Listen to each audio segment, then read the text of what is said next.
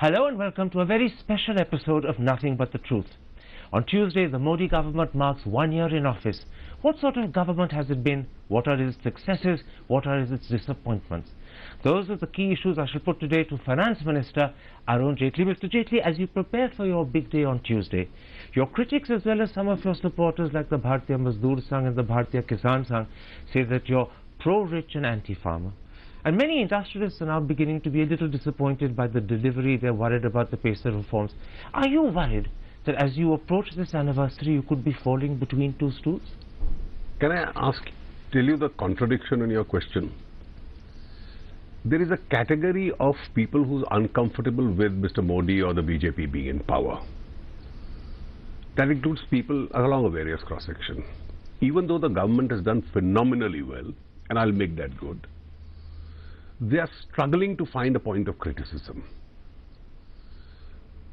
The government is pro-corporate, is the first point of criticism.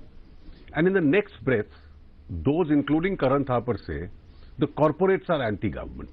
Now the two things can't coexist. I think this, rather than go by these slogans, it's better to come to the substance.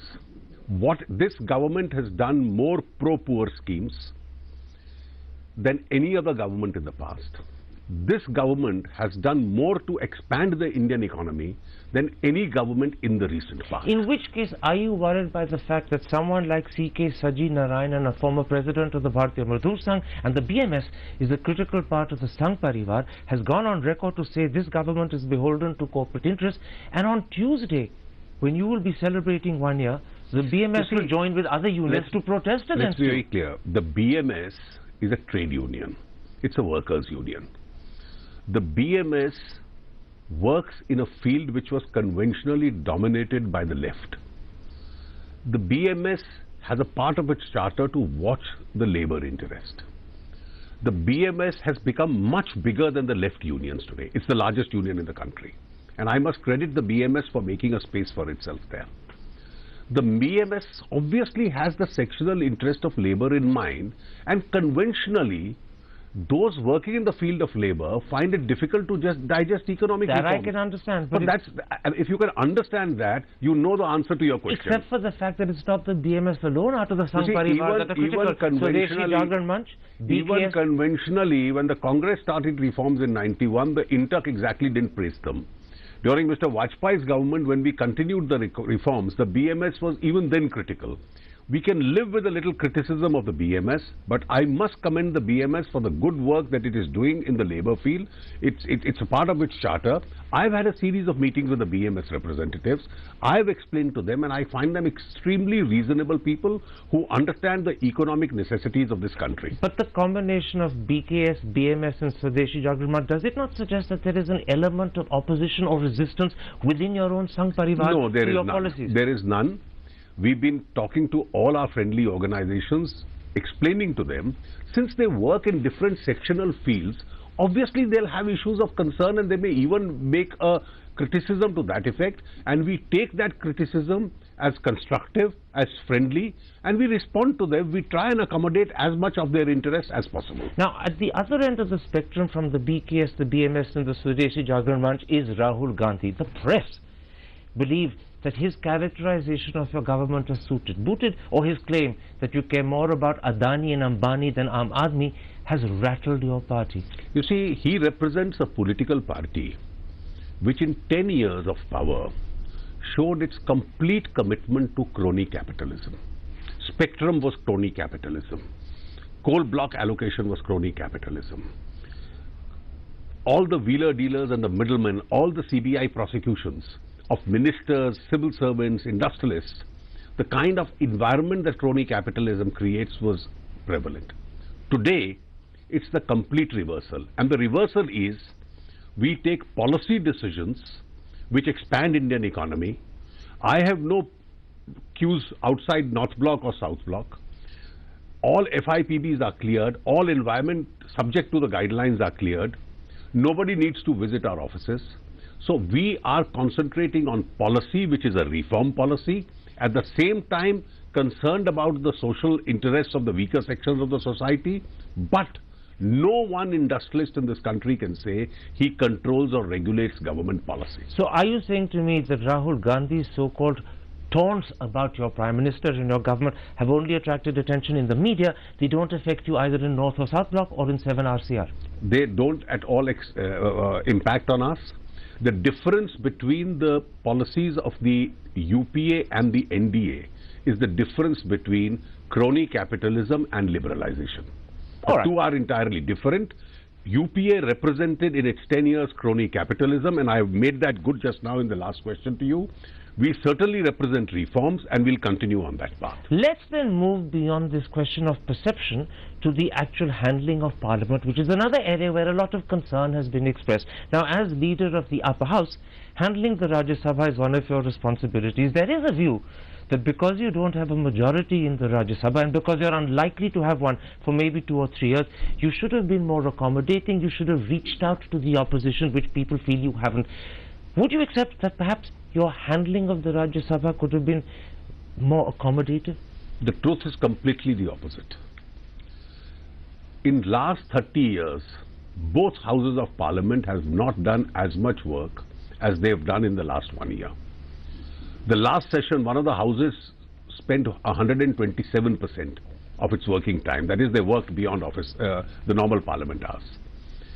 Every bill passed by the Lok Sabha has ordinarily been cleared by the Rajya Sabha, except 2 which are in the process, which are before the committees. Secondly, the fact is that since December, every time Congress party has tried to raise oppositions against the bills of the government, most sections of the opposition have supported us. So on the mining bill, on the coal bill, on the GST, it was Congress which was isolated, and every section of the opposition was with the government because we were protecting the interest of a large number of the These facts states. I don't deny, but what I'm going to But if you quote don't deny these facts, no, then your question is I'll contradictory. tell you, it's not contradictory, and this is the reason why I say it. I'm going to quote you what your own ally, Naresh Gujral of the Akali Dal, has said about your handling of the Rajya Sabha, and this is a quote from 30th April. There is arrogance in the BJP. Their floor management is extremely poor, and they have failed to accept they do not have a majority in the Rajya Sabha. And then he adds, it's not just the Akali Dal, but all allies feel they have not been given due respect. It is also true that resentment is building up. This is your own ally. You see, Karan Thapar has a great ability to extract statements out of people. Scroll.in did this, not me. No. But let me tell you, the truth is completely the opposite. And it's opposite for the reason that every ally in parliament has voted with us on most bills. So then why is he saying Every ally has been consulted. The BJP always has voted with Akali Dal. The Akali Dal has always voted with BJP, Punjab and Delhi. And the Akali Dal and the BJP are the most trusted allies of the past. They'll continue in future. Can I interrupt? Now, I don't know the circumstances he made this statement, but the fact is there are regular consultations. And the fact is that in a house where we don't have a majority, we've been able to push through most legislation. You say there are regular consultations. You say that every ally has been consulted. Yet in that same interview to Scroll.in, Naresh Gujral says that the Akali Dal was informed about the amendments to land acquisition 2 hours before you presented the bill in Parliament. He's gone on record saying it. You see, after the bill had been introduced in Parliament, it was cleared by the Cabinet. In the Cabinet, there are Akali Dal ministers also. Mrs. Badal is a minister. Thereafter, the Parliamentary Affairs Minister called a meeting of all NDA allies. I was present in the meeting, and this bill was discussed. All questions were raised by allies, as also our own members. They were adequately answered. The amendments being made to the bill were being explained in that meeting, and after they were explained, it is then that those amendments were introduced in Parliament. I accept that. Let's go beyond Naresh Gujral. Given that you don't have a majority in the Rajya Sabha, was it wise on your part strategically to bring the land acquisition amendment as an ordinance? And I'll tell you why I asked that question. Because not only did that upset the opposition, but worse still, it gave them the opportunity to thwart you when you tried to convert the bill into an ordinance, which is one reason why that bill is stuck. That is not the reason why it is struck. It is struck because of the anti-growth, anti-development politics of the Congress party. That's the reason it is struck. Now, there is no alternative that the government had but on the 31st of December 2014 to bring this bill. Because why do you say there was no alternative? And I'll explain to you. Please read section 105 of the 2013 Act. The Act required a certain set of notifications to be made Within 1 year. within 1 year, which expired on the 31st of March, to be laid on the floor of the house, of both houses, on the table, and after they are laid, it's only then that the house, if it does not disapprove them, they will come into motion. I understand your argument. If that was not done, then on the 1st of January 2015, the officers negligent for this could have been prosecuted. And therefore, it is only in those circumstances that on the 31st of December, an ordinance amending that procedure and incorporating those changes into section 105 were required. I understand your argument. I completely accept its truth. The problem is that your ordinance went beyond just those 13 particular acts. You added in other changes to the land acquisition. And rightly so. Well, that's the question that I'm asking you. You see, I'm going to go back to quoting Naresh Gujral because this is what it says. He says, if you ask me, it defies logic. I do not understand the need for promulgating an ordinance, particularly when the BJP doesn't have a majority in the Rajya Sabha. In the process, they have united the opposition and given artificial respiration to Congress. And again, he's your ally. You see, I don't think that's the last word on the subject. For the simple reason that today, you need this ordinance in the interest of rural India. Why is it? And friends like Mr. Gujral must also consider this. Why is it that every chief minister, including Congress chief ministers, in 2014 wanted a change? Because they realized the 2013 law had completely stalled irrigation programs. It had stalled rural roads. It had stalled any kind of infrastructure creation in the rural areas. Development of housing for the poor who live in huts in the villages had been completely stalled. This was the urgency. And therefore you needed the amendment. The urgency was that certain provisions had to be complied with by 31st of December, which could not have been complied with, and therefore the Act needed an amendment. My last question on this ordinance, which needs to be converted into a bill, how confident are you that in the monsoon session it will happen, or do you fear that what you call the anti-development attitude of Congress will continue to thwart you? Karan, you see, what is the constitutional procedure? You have a joint committee of parliament today. The joint committee will make a recommendation, either agree or make alterations. The Lok Sabha could accept that report. Let's assume so. The Rajya Sabha, there may be some problems. There is a constitutional mechanism provided. Therefore, the answer to all the problems lies in the constitution itself. Ordinarily, the joint committee should be accepted by both the houses of parliament. If it is not, then you have the collective wisdom of both the houses of parliament. What about stalling tactics by Congress? Because what they can do is to stall the passage of the bill, and if they stall it, then you have a problem calling a joint session. How can they stall a passage? After all, if the bill has to be put for discussion, the bill has to be put for vote. It is either accepted or rejected. And so are you trying to suggest that the only option Congress has against this bill is disturbances? Are you trying to rationalize that? I'm not trying to rationalize it. No, I'm not rationalizing it. I'm putting it to you that you yourself had said once when you were in opposition that disrupting the House is a legitimate parliamentary tactic. The disruption of the House is there when the government doesn't want a discussion. When the government wants a discussion and a vote, and a government wants the constitutional provisions to take effect, what is the rationale? So you're reasonably confident that in the monsoon session this will be passed? I am fairly optimistic we are on the right track and we should move on that right track. Let's then come to the economy, which is your portfolio, and I will begin by conceding that you have an impressive list of achievements that you can boast of. In fact, at a recent meeting in America, you listed them. Permit me, for the audience, I'll quickly go through them. You pointed out that, in fact, inflation is under 5%, the fiscal deficit is at 4%, CAD at around 1%. You've increased growth to 7.5%, though people question how that measurement comes, but leave that aside. You've also increased FDI in defense and insurance. You've earned over 3 lakh crores from coal and spectrum auctions. Diesel is deregulated. Hopefully, land acquisition amendments will happen. Despite this, and this is my question, there are several industrialists, there are several economists, there are several commentators who feel disappointed. They feel not enough is done. How do you explain to yourself their disappointment? Well, I can only tell them that a year has only 365 days and a government has 5 years. Therefore, this government is on the path of a structural reform. And a structural reform is a series of ongoing decisions. Even when in 1991 the reform process started in India, it was not one-day decision.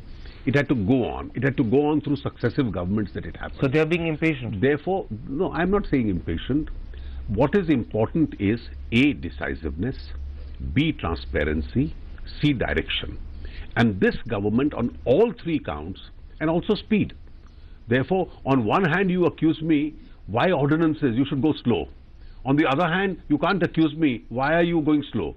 You see that there has to be some rationality in that. But let me... Therefore, rationality is our direction is clear, our object is clear, and our decision-making process is reasonably quick. I won't name industrialists who've quibbled about that because I think you know about it and so do I. I'll name instead a commentator who once interviewed you, may even be one of your favorite interviewers, Chetan Bhagat.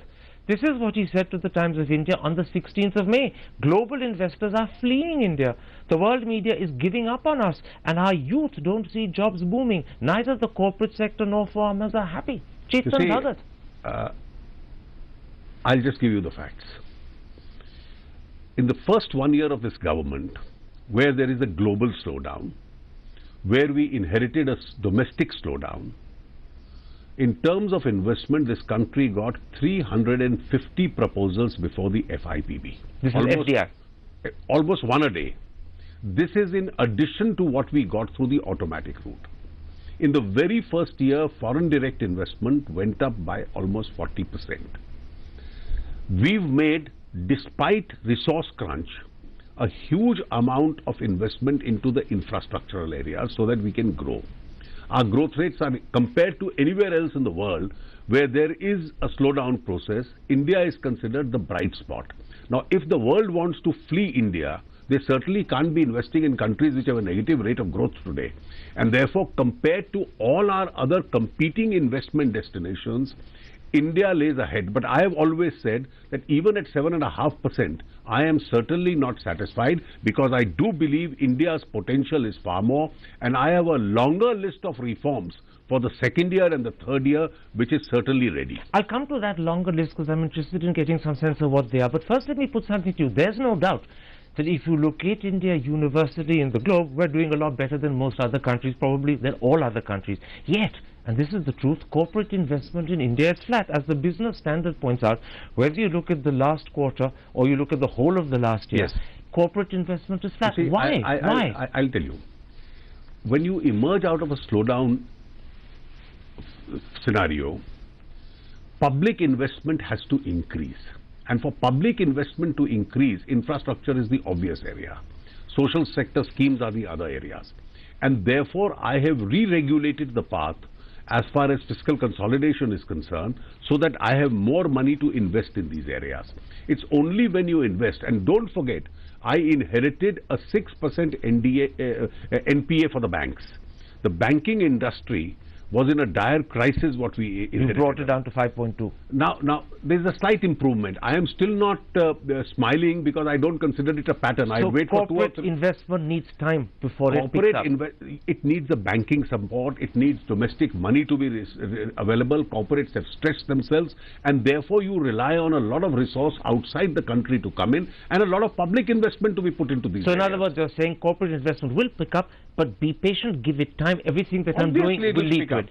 And therefore, when the net impact of all these reforms is actually realized, India will be a different place. Let's then come to one key issue of concern, which is your handling of legacy tax issues. First, both international and domestic investors continue to be disappointed by the fact that you haven't reversed Pranab Mukherjee's retrospective tax amendments. You know the anguish they caused when he announced them in 2012. You know the impact they'd had on FDI and the way investors look at India. You had 2 budgets where you could reverse them. You haven't. All you've done is promise you won't use them. But they're there on the statute books. They lead to suspicion, and that concern continues. You see, inherent in your question lies the fact that there is no concern out of a single taxation decision that this government has taken. I'll come to that in a moment's time. There is. Yeah, there is none, and I'll make good when your question comes in. I anticipate the question. As far as legacy issues is concerned, the UPA left a lot of mess on the table. The question is, how do I clear it up?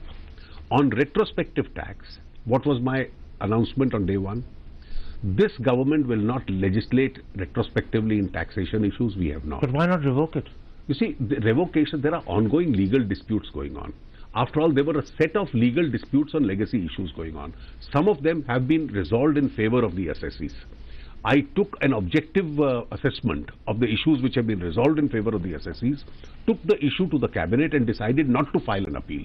So my strategy is, and if you just permit me one more minute, A, no retrospective taxation as far as this government is concerned, no new notices on those retrospective taxes unless a procedure is followed. Not one has been issued in 1 year. Old notices which were issued during the UPA will continue, will have to be resolved through a judicial process. And that is the strategy. Therefore, most of those issues are now being gradually, one after the other, being put to sleep.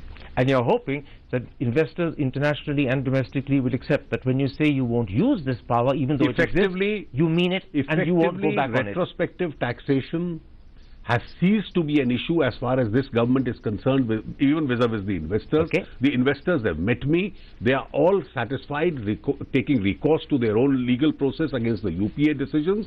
And depending on the quality of those decisions, I'll accept them and put those issues to sleep. Let's then come to a second legacy issue to do with tax, and that's what's called the MAT issue. Now, given that the Authority for Advanced Rulings had actually contradicted itself in the past, given that its ruling wasn't binding, and given that it was already under challenge in the courts, why did your tax authorities rush to issue notices? I only wish you knew the legal... Can I finish? Why did your tax authorities rush to issue notices rather than wait for the situation to be clarified? Correct. You should be aware of the legal position as far as the tax authorities are concerned. There was an earlier view of MAT not being applicable to the FIIs. The FIIs created a problem for themselves by one of them going and asking for a fresh view. It's a judicial authority. But non-binding. No, it's a judicial authority. It's binding on the assessing authorities, and it's an advice. It's a clear opinion. An advisory. So the assessees are told this is the quantum of tax you have to pay. The second opinion came that tax is payable. Now you had two sets of contradictory views. The later view was tax is payable. This is the 2012 view. Now ideally a government or even the financial institutions should have got this issue resolved in the last 2 years or 3 years before from the superior court. It was something UPA should have done before they left. Absolutely, they should have done that. They allowed the issue to drag on because as in retrospective tax, as in FII issue, UPA's finance ministers just slept over the issues and allowed it to pass on. On 31st March 2015, and that's the answer to the question, the notices would have become time barred. So the assessing officers had to enter into the formality of issuing a notices, otherwise they would have been held responsible by the CAG or the CBI of sleeping over the issues. That is why the assessing officers acted. They are quasi-judicial and they have a duty to act. All of that I understand. No, please, if you understand that. Now, at that stage, the FIIs woke up. The FIIs go to court. The Attorney General joins their counsel and say, please resolve this issue earlier, as fast as you can. And the court says immediately after the vacations we'll take it up. There's a step that you took very recently which if you had taken earlier, perhaps at the same time as the notices were being issued, would have been very reassuring, and that is the appointment of the Justice Shah Committee, because it would have indicated that A, you're having to issue notices because there's a legal requirement, but the Justice Shah Committee would have indicated you're reviewing the matter. You see, even before, I had done something before that. When the FIIs represented to me that this view of 2012 is creating a problem, with effect from 1st April 2015, I abolished it. True. So I went an extra mile as far as that is concerned. Now the issue is, what do I do about the past period, which is not my period, which I inherited the problem. It has to be resolved through courts. I have to give additional comfort about the bona fides of India as a fair taxation regime on most legacy issues which exist, appointed the Shah panel, which will advise, and it comprises of only outside experts, which will advise the government as to what they feel the position is. I understand what you're saying, and as you explain it to me, it sounds as if in fact the policy that you followed, the strategies that you followed was obvious. You were required to do it by law. However, the Wall Street Journal writing on the 3rd of May has come out with a damning indictment, not just of the policy, but can I just read it and then you answer?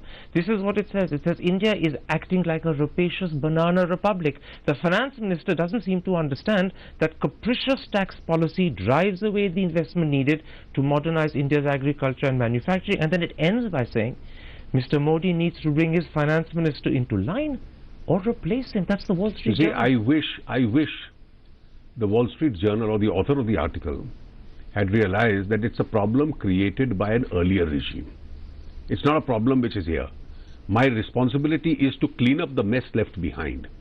And therefore, with regard to future, I could take a decision. I took a decision. With regard to reversing a judicial authority, it's only a superior judicial authority which could do it. It would not be proper for the government to do it. One more issue on the economy, and it arises out of the press conference you held yesterday, Friday. It's to do with FDI in retail. You began an answer to a question by saying my party's position on FDI in retail is well known, and it is. As a party, you're staunchly opposed to it.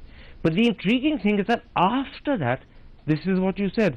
The policy formulated by the previous government is continuing, and then you added, that is the official position of this government. Arun, we were opposed to the nuclear deal. But once the UPA entered it, whether you should reverse it or not, a responsible government has to take a decision, so we decided to continue with it. In fact, we've acted further on it. Similarly, with regard to this decision, as of today, we have not decided to reverse that policy. So, on paper, that policy continues.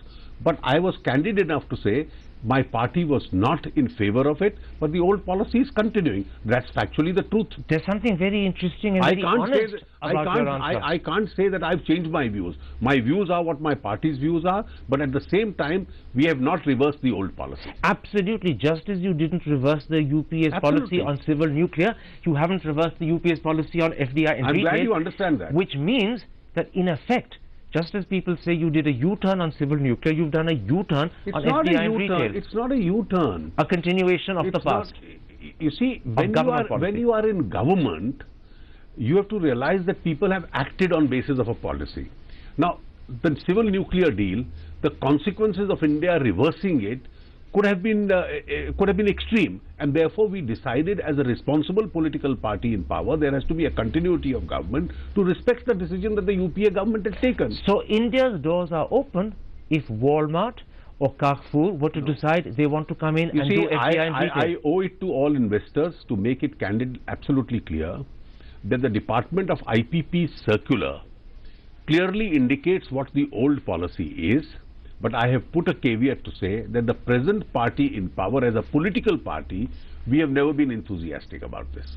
Therefore, investors should know candidly what the position in India is. If they want to come, they can come. But as far as the government is concerned, the party in power has not been very, so they can have a lot of problems. Even during UPA, you had a lot of problems. I'm trying to understand what you're saying. I'm not interpreting you. I'm just trying to understand. What you're saying is the policy of the past continues. Technically, therefore, our doors are open for FDI in retail, but let all FDI retail investors know that were they to come, we won't bend over backwards to help them. We won't necessarily welcome them. That's your language, but I have said my party is not in favor of it.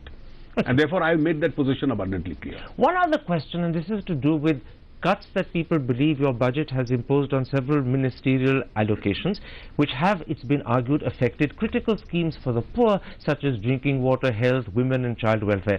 And these are not, they say, compensated for by the fact that under the 14th Finance Commission, more money is going to the states. The point was first made by Mr. Chidambaram immediately after your budget. It's been repeated now by your colleague in government, Maneka Gandhi.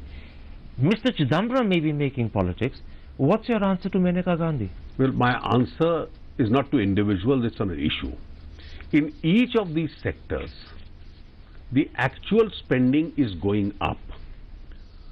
The pocket out of which the spending is going to come is going to be different. Now, the 14th Finance Commission said that instead of 32% of the divisible pool, the states will get 42%. The center, instead of 68%, will have only 58% left. So I am 10% poorer, the states are 10% higher. The Finance Commission also said that most of these schemes which the center was funding should be given to the states, and states must fund all of them. Instead, what we did was, because the center is financially not that unhealthy, we will continue to retain a number of those schemes.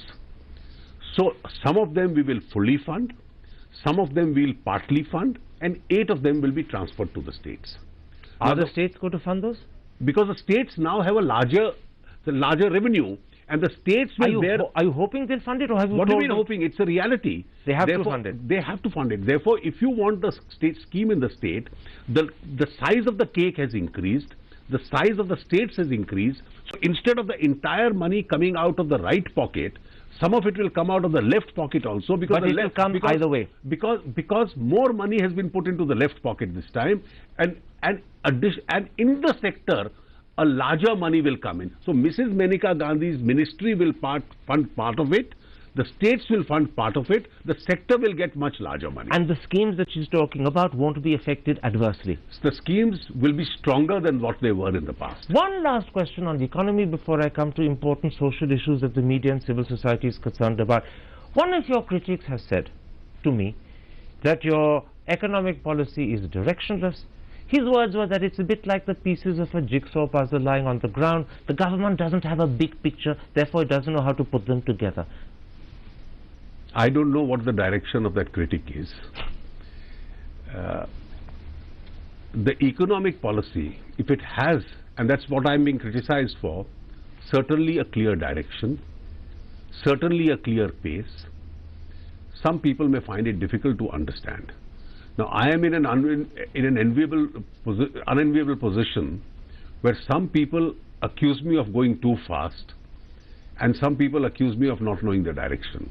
I take both criticisms with a smile, because I know I have a job to perform, and I'll certainly do that.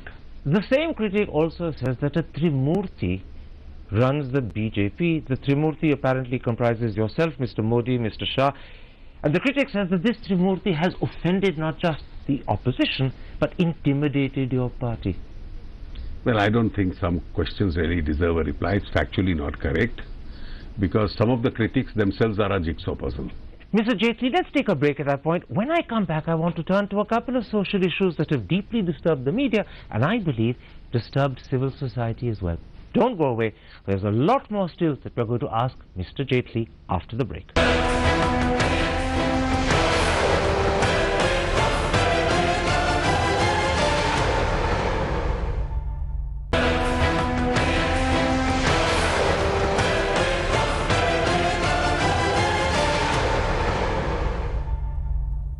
Welcome back to a special episode of Nothing But the Truth. We're discussing with Finance Minister Arun Jaitley the first year of the Modi government. Okay, let's come to two social issues that have worried the press deeply, and I believe they've also worried civil society. And the first is what's perceived to be the government's silence on issues like Ghar Wapsi and Love Jihad. These are issues on which eminent people like Julio Romero, Admiral Sushil Kumar have expressed their anguish. President Obama expressed a certain measure of concern. Karan, if there is one unfair criticism against this government, it is exactly on this. Now, first of all, the Prime Minister and I both went to Vigyan Bhavan, where there was a gathering of the Christian community. We assured them. The Prime Minister spoke about it unequivocally in the party meeting and at Vigyan Bhavan. Today, as I speak to you just now, my next appointment is with the bishops and the priests of Delhi, precisely on these issues. I have personally verified each and every case of the so-called attacks. There have been thefts, there have been short-circuit fires, there have been arrests made, there have been miscreants. But most of the cases of attack on a particular community's place of religion across the country have been crimes. They have not been communal attacks. Now, and if there have been communal attacks, those people have been arrested. The Jabalpur one, there was some local tension. The concerned miscreants were arrested. In Mumbai, it was a crime. The rape of the nun in West Bengal was a crime. Some of the short-circuitings in Delhi was an accident. And some were cases of thefts where people have been apprehended. All of which I completely accept, because these are facts that have appeared in the paper as well. There's a lesson I want to draw from this experience of the last year where your government is being accused of silence on critical issues that have disturbed people. And the lesson is this: the Prime Minister of India is not just a political leader. On moral issues, Let me finish, then you answer. On moral issues, people believe he has a duty to enunciate a nationally unifying position around which the country can rally. Mr. Modi did it on Ghar Wapsi. He didn't do it on Love Jihad. But my lesson that I suggest is that do you think Mr. Modi should speak out more on moral issues? I'll tell you, there will be a lot of mavericks and miscreants in the country. Some are just irresponsible in talk. Some are irresponsible in also action. Is the Prime Minister of India supposed to comment on every minute incident? Now I'll ask you a question, and this is a question Prime Minister has been asking some friends in the media who he's been meeting recently. Till this government came to power, had anybody in this country heard of Sadhvi Parachi? Suddenly the media starts making hero of her. We don't even know who she is. We are not responsible for what she says. And every comment if she makes is going to be highlighted as though it's attributable to us. It's extremely unfair. Now, therefore... So there's a responsibility on the media how they cover these things. Therefore, you see, you will have a lot of people making irresponsible... Either you get a thrill out of showing that, or you ignore certain maverick statements. Okay, we are in the business of serious governance, and we are not going to be distracted by these kind of statements which are made. But you're also saying to the media, be careful how you cover these issues, because you end up not creating news, but you end up disturbing. You must be remembering, as a conventional journalist, that there was a discipline that in social and communal troubles, the caste, the community, the is not named. Is never named. You show it in a manner that it doesn't. But that went away 10 years ago. That went away 10 years ago, and I think this is just an offshoot of that. Let me come to the second issue that certainly disturbed the media, and I'm sure it's also disturbed civil society, and it's to do with your government's perceived attitude to NGOs. You stopped Priya Pillai from going abroad, the Delhi High Court struck it down. 2 of Greenpeace's accounts were barred to them, the Delhi High Court struck it down. Since then, more Greenpeace accounts have been frozen. Ford Foundation I don't deal with it. I don't deal with this subject. The question is this. People say, is this government really so threatened by NGOs that challenge its development that they take this action? No, this government is not threatened. First of all, let me put a caveat. I don't deal with this subject. It's a Home Ministry subject, and therefore I'm not fully acquainted with the facts. But having said that, these are actions which are not attributable to a particular party in power. Some of these have continued with the intelligence and security agencies over a period of time, over the last few years. They've been keeping an eye on their activities, and they have their own apprehensions on basis of which I believe the security agencies give an opinion and the Ministry of Home would be acting. I'm assuming that. In some cases, I have some idea, but I can't claim to be an authority since I have not dealt with this subject. Arun Jaitley is a man that I admire for his liberal support of the media and for his ability to take criticism. Were you personally uncomfortable when Priya Pillai was denied permission to go abroad? I have not examined the facts, and therefore I don't think it's fair for me to make a comment on it. Okay. I've deliberately in this interview put to you the adverse set of questions about the government at this anniversary. Now it's only fair that I change and ask you your assessment of 2 important questions. As a minister who's been in government, who understands the challenge, who understands the nature of the response that you can come up with, what would you consider to be your 3 top achievements in this last year? I think the government's first achievement has been that it has reversed the environment of gloom in India. It's brought India back onto the global radar. It's created a sense of enthusiasm in India, and the enthusiasm is so good that even at 7.5% to 8% growth rate, India is not satisfied. That is the spirit India needs. 2, you have a decisive leadership, which by some mild criticism or obstructionism can't be set off the track. It's going to decide and decide in a particular direction. 3, it's been one of the cleanest governments in recent history. Decisions are not only transparent, institutional mechanisms of transparency are being created. Now, has anybody alleged that Enforcement Directorate or CBI is being subverted and misused? The auctions, whether it's coal or mineral or spectrum, have been absolutely clean. And therefore, the possibility of rumors of middlemen operating, industrialists lining up in corridor, that phase is over. And as I said in the beginning of this interview, We are for a liberal approach as far as economic management is concerned, but that is different from crony capitalism. That was the Congress Party's hallmark. So your three great achievements are a clean government, a decisive government, and a government that's changed the mood of the country and created enthusiasm. The opposite question, can you candidly tell me, where do you think you've performed inadequately, or where do you think you've been disappointing by your own standards? You see, if I were to measure myself and tell you the areas where I could do more. One, I could do, if I could take more decisions in this direction, I believe India's potential is not 7.5%, 8%, it is 9 to 10% growth rate. What stops you taking more decisions? No, you need time to take those decisions, you need legislative sanctions, and that's the direction we are moving in. So the system slows you down? No, the system hasn't slowed me down, but I try to act as fast in the system as I can. My second, my additionality of resources, just as this year I have put into infrastructure, I would like to put it into irrigation, because I think the agrarian sector is one sector which needs a lot of investment because the farmers are in an element of distress. So is it a priority for next year? It certainly would be. I have no hesitation in doing that. And my third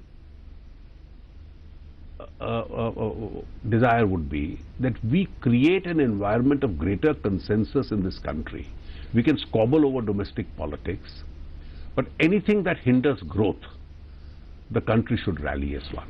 So you want a shift in the economic thinking of the country, which is towards liberal reform, which some would characterize as a shift to the right, or at least to the center. No, I would not call it right, because you see, India's economic policy should be growth oriented. At the same time, the social sector schemes, which you have not asked me about, which there are plenty that this government has done, and a large part of the resource must go into the into those schemes also, because you have a lot of people who need to be pulled up. You know, in the context of your saying that you'd like India to become, and India's policies to become more focused in terms of growth orientation, I want to pick up on something you said earlier in this interview. You said you had a lot of reforms in mind for the second year, and I said I would pick you up on those data. What are the sort of reforms For you're thinking instance, of? Immediately I would like the GST to go through.